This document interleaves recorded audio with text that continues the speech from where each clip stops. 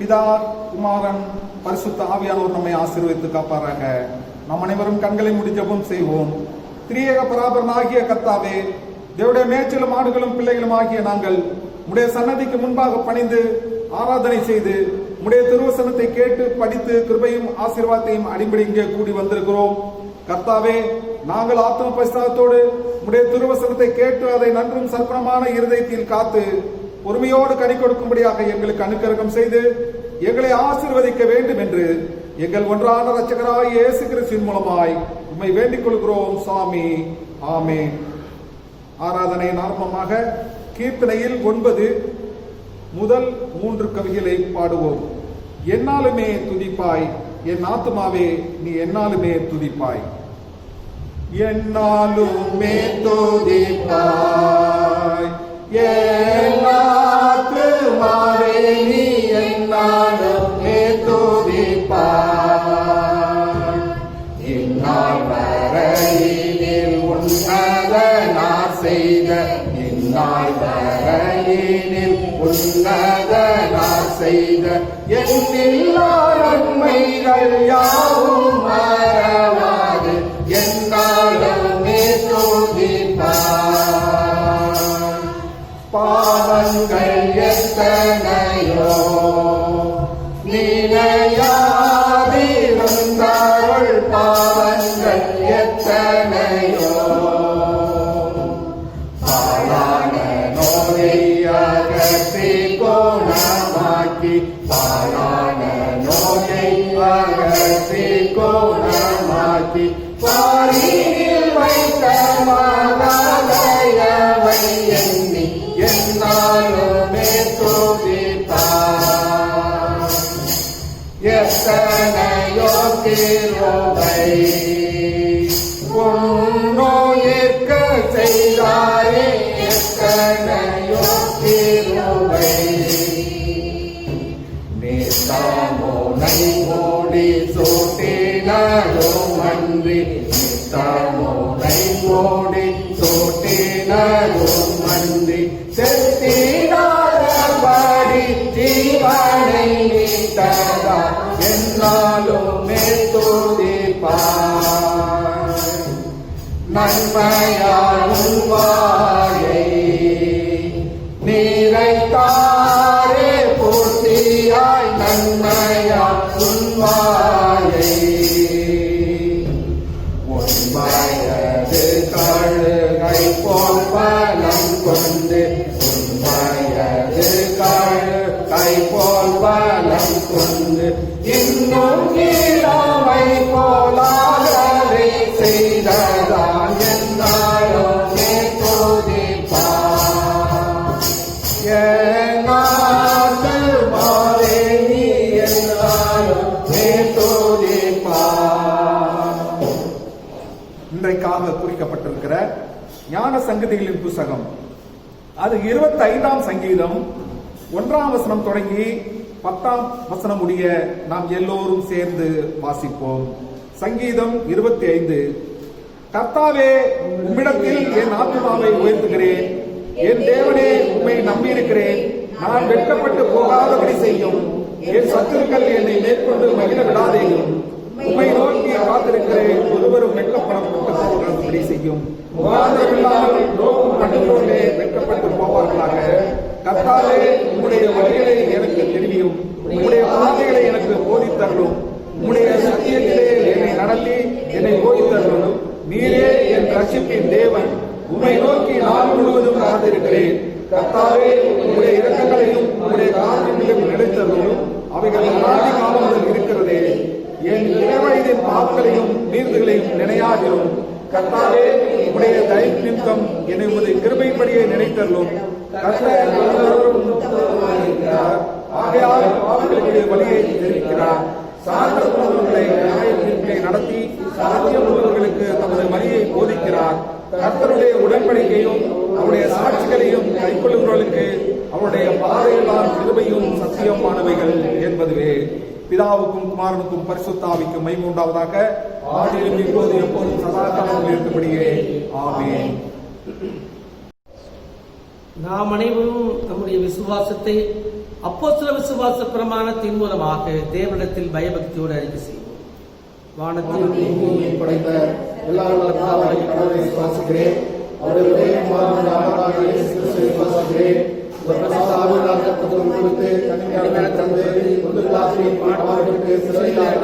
செய்யப்பட்டார்.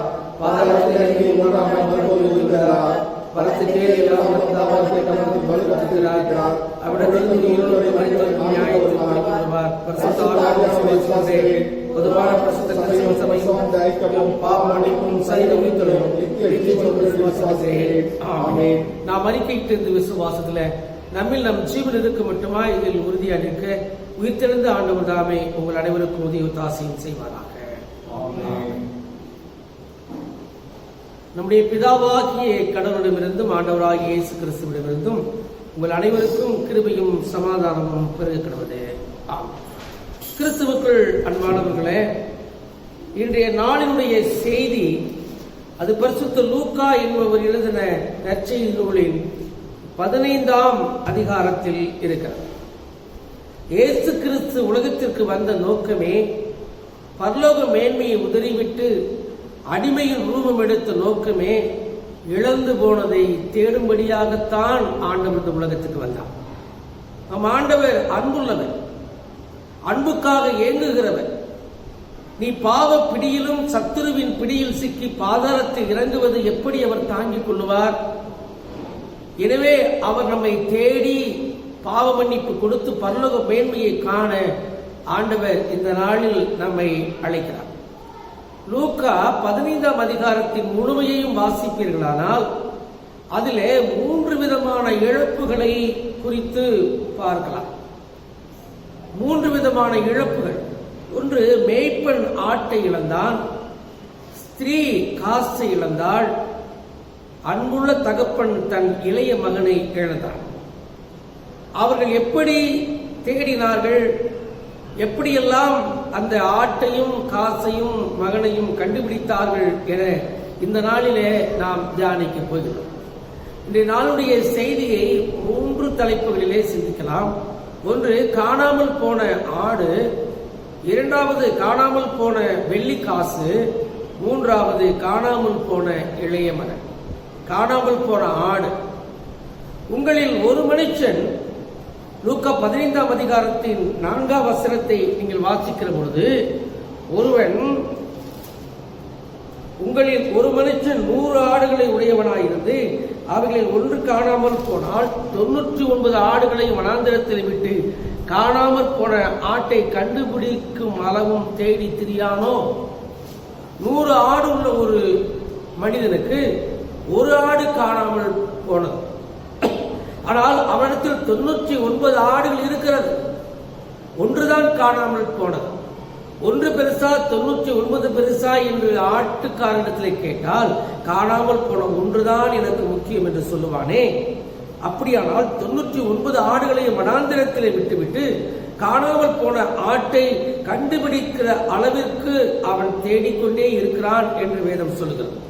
பொதுவாக ஆடு என்று சொல்லுகிற பொழுது அது எந்த விதத்திலும் பாதுகாப்பு இல்லாத ஒரு பிராணி. அதற்கு விரோதிகள் அதிகம். பாதுகாப்பு இல்லாத ஒன்று, விரோதிகள் அதிகம். சிங்கம், புலி, கரடி, ஓநாய் என ஆடுகளை விட இவைகளெல்லாம் 10 மடங்கு பெருகி இந்த ஆடுகளுக்கு விரோதமாக எழும்பி நிற்கின்றன என்பதை நாம் பார்க்கலாம். ஆட்டுக்குள்ள மந்த சுபாவத்தினால் ஆடு எப்பொழுதுமே ஒரு பொறுமையான மந்த சுபாவம் உள்ள ஒரு பிராணி. அது மேய்ச்சலுக்கு செல்கிற பொழுது இக்கரைக்கு அக்கறை பச்சையாக அதுக்கு எப்பொழுதுமே அது தெரியும். எனவே இங்கிருக்கிற நல்ல புள்ளை கூட மேயாமல் அக்கறையில் இருக்கிற அந்த பச்சையை பார்த்து ஓடி அந்த பச்சையை மேயும். அந்த இடத்தில் தனக்குள் இருக்கிற ஆபத்தை உணராதபடி அந்த ஆடு இக்கரைக்கு அக்கறை பச்சையாய் ஓடிக்கொண்டிருக்கிறதை நாம் பார்க்கலாம். இன்றைக்கு மனிதனும் கூட உலக வாழ்க்கையிலே அப்படித்தான் வாழ்ந்து கொண்டிருக்கிறான். பாதாளத்தை குறித்தும் அக்னியை குறித்தும் அவன் ஒரு காலம் கவலைப்படுகிறவன் அல்ல. அக்னியை குறித்து சிந்திக்கிறவன் அல்ல.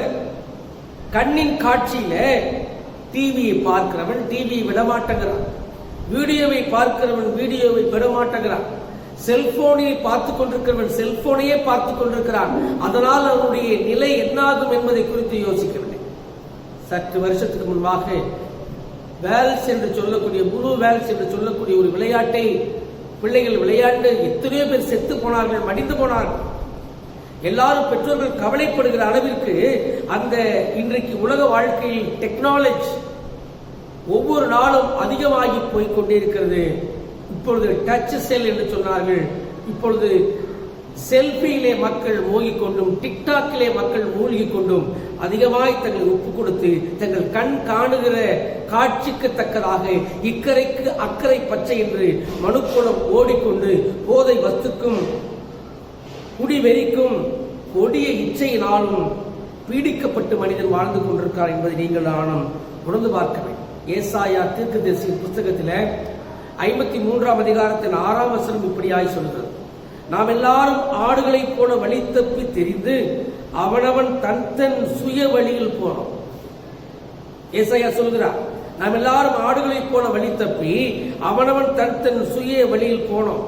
தாவீது சொல்கிறான், இந்த நாட்டை பிடித்த சிங்கத்தையும் கரடியையும் தொடர்ந்து போய் அடித்து கொன்று போட்டான்.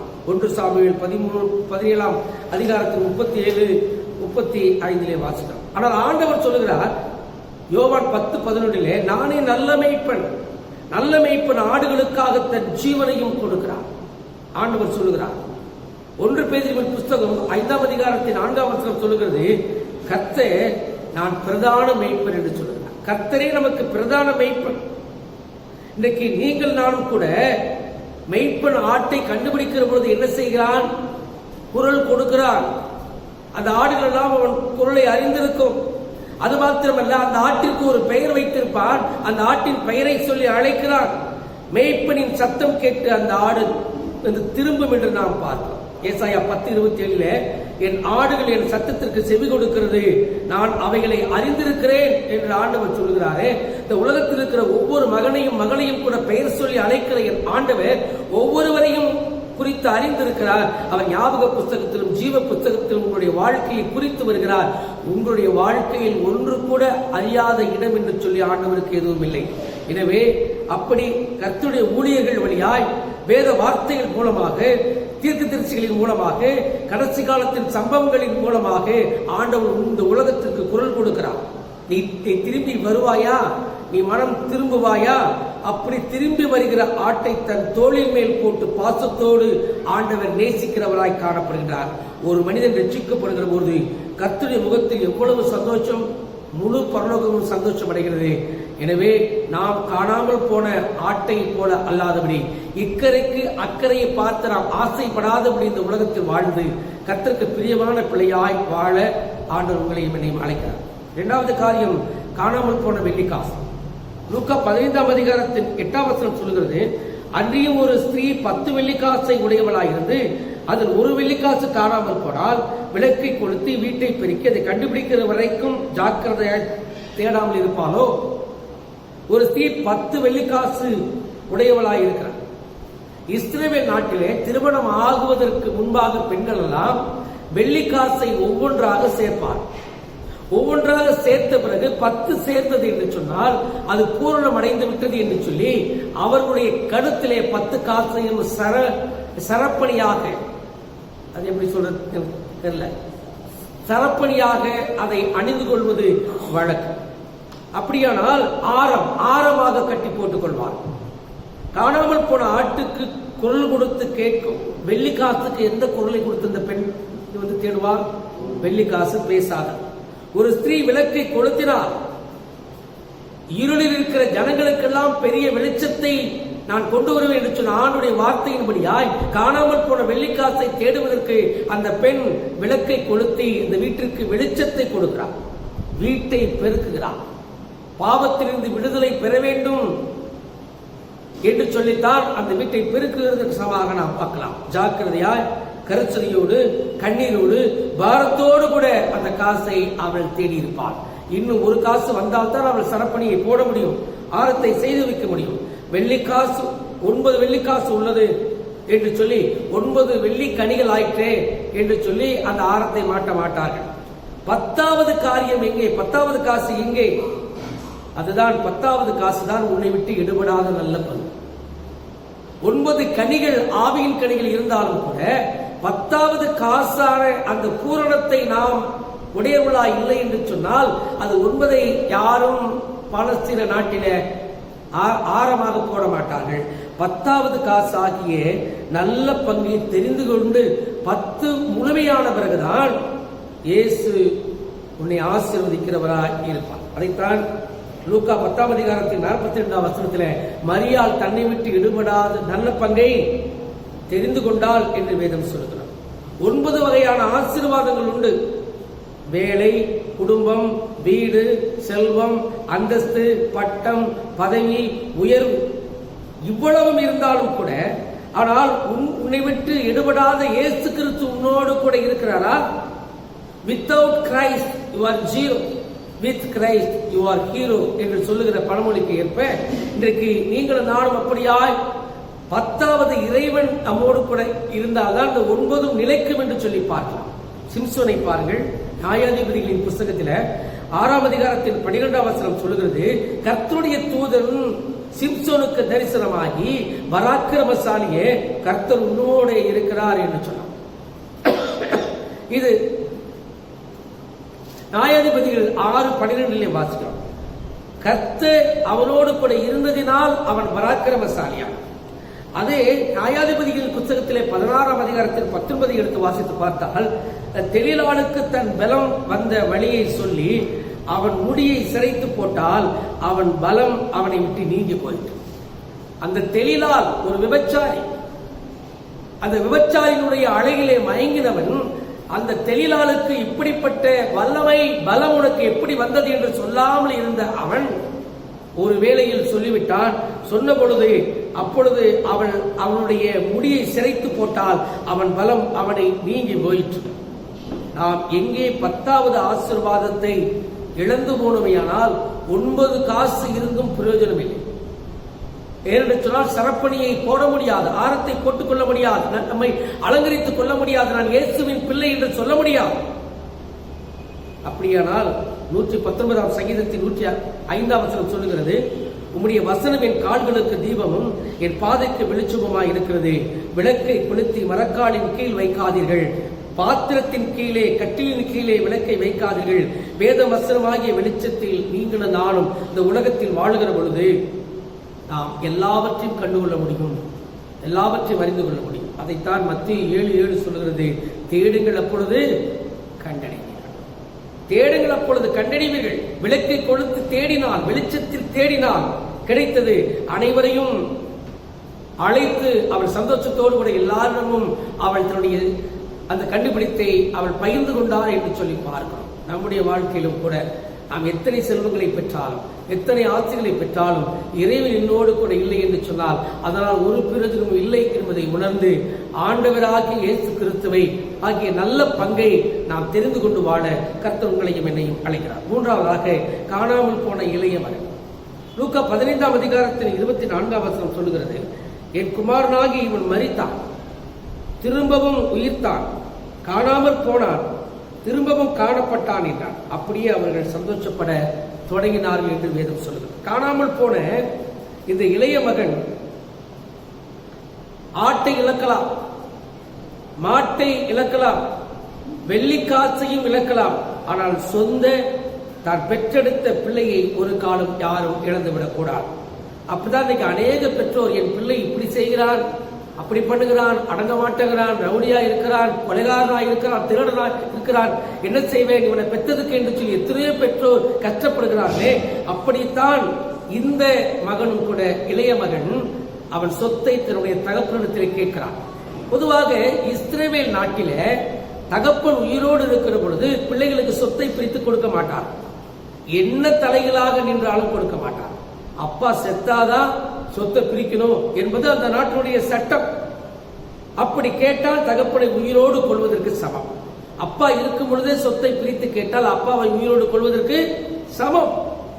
அப்படியா இவன் தன்னுடைய தகப்பனை இழந்தாலும் சரி தனக்கு சொத்து வேண்டும் என்று சொல்லி அப்பாவை கொன்றவனாய் சொத்தை பிரித்துக் கொண்டு தூர தேசத்திற்கு போய் எல்லா சொத்தையும் செலவழித்து வீணாய் அக்கிரமமாய் செலவழித்து வீட்டிற்கு வருகிறார். புத்தி தெளிந்து தகப்பனிடத்தில் பாவரிக்கை செய்து ஒப்புரவாகும்படி திரும்பி வந்தார். தேடுகிற தகப்பனை தேடி மகன் சொத்தை பிரித்து மகனுக்கு இளையவனுக்கு கொடுத்தாலும் கூட தன்னுடைய அப்பாவிற்கு யார் மேலதான் அதிகமான பாசம்?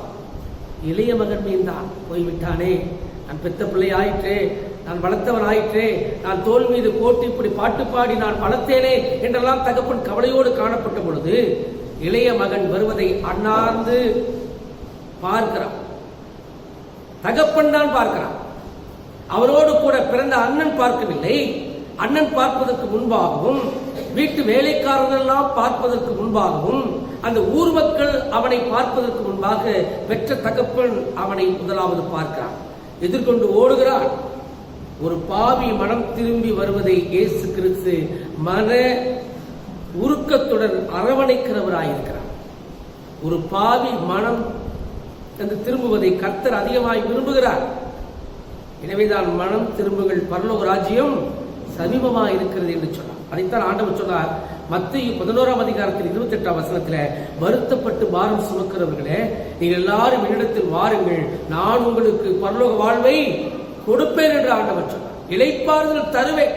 இளைப்பாறுகிற இடம் பரலோகத்தில் தான் இருக்கிறது. இந்த உலகத்தில் எங்குமே மனிதன் இளைப்பாற முடியாது. அப்படியானால் வருத்தப்படுகிற ஜனங்கள் எல்லாம், மகனை இழந்த மக்கள் எல்லாம் ஆண்டவரிடத்திலே ஓடி வருவீர்களானால் ஆண்டவர் அன்போடு கூட அரவணைத்து, வா என் குமாரனே என்று சொல்லி அரவணைத்து அவனுக்கு என்னவெல்லாம் செய்கிறார்கள் என்று சொன்னால், அவனுக்கு மோதிரத்தை போடுகிறார்கள், உயர்ந்த வஸ்திரத்தை உடுத்துகிறார்கள், கால்களுக்கு பாதரட்சியை போடுகிறார்கள், கொடுத்த கன்றை கொண்டு வந்து அடிக்கிறார்கள், புசித்து எல்லோரும் சந்தோஷப்படுகிறார்கள்.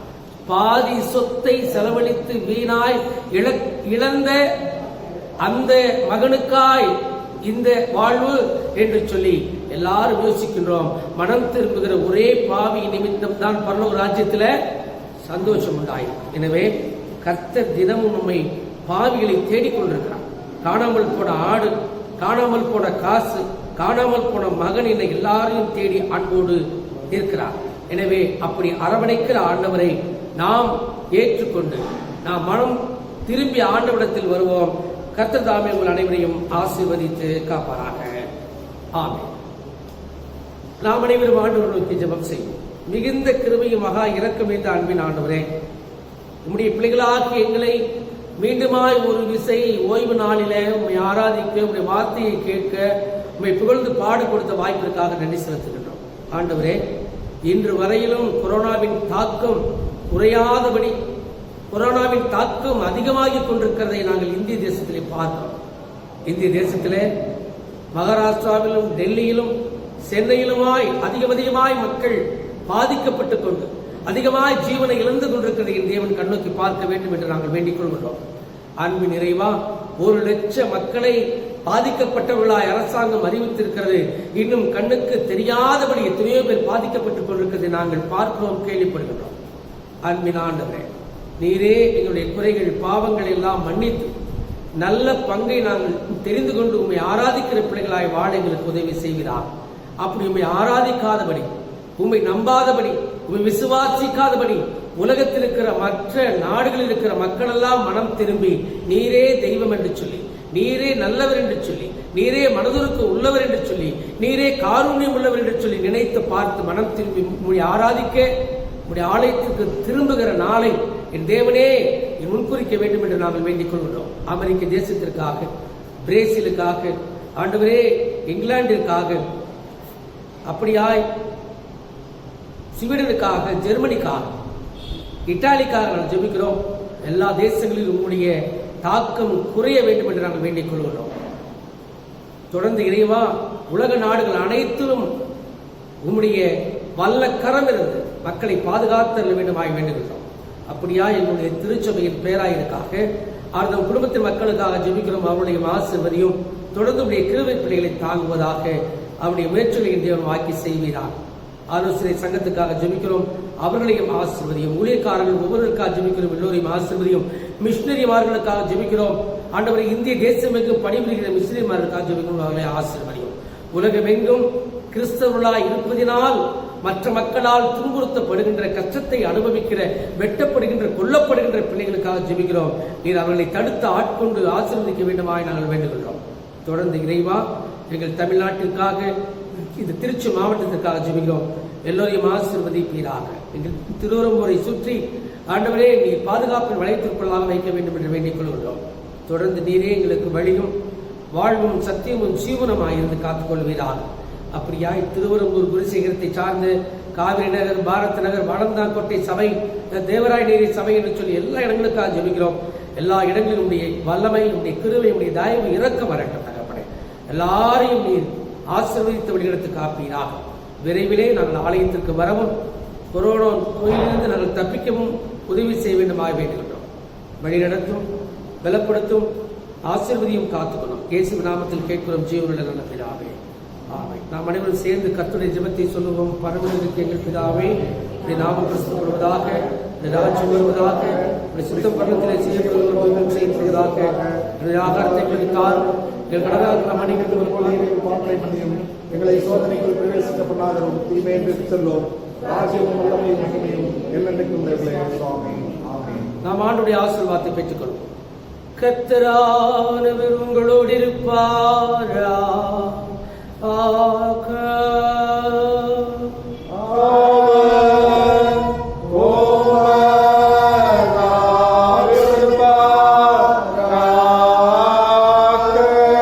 கர்த்தரானவர் உன்னை ஆசீர்வதித்து உன்னை காப்பாராக. கர்த்தரானவர் தமது திருமுகத்தை உன்மேல் பிரகாசிக்க செய்து உன்னிடம் கிருபை உள்ளவராயிருப்பாராக. கர்த்தரானவர் தமது திருமுகத்தை உனக்கு பிரசன்னமாக்கி உனக்கு சமாதானம் தந்தருள்வாராக.